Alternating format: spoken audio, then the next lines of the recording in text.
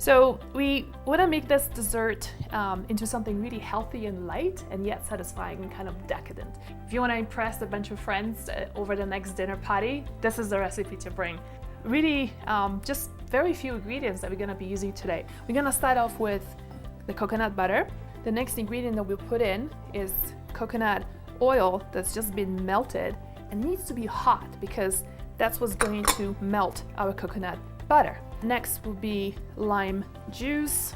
I got some freshly grated zest of lime, some vanilla extract. One of the tricks of amplifying sweetness in any dessert is to use salt. I'm using coconut nectar here. So let's give this a good stir. We want to get rid of all the lumps. One option is to use raspberries right at the bottom of our muffin pan. So I'm just gonna put it right down here. And we're gonna cover them with our melties.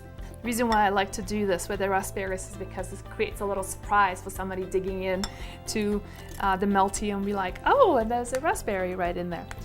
The other option that you have is using matcha tea.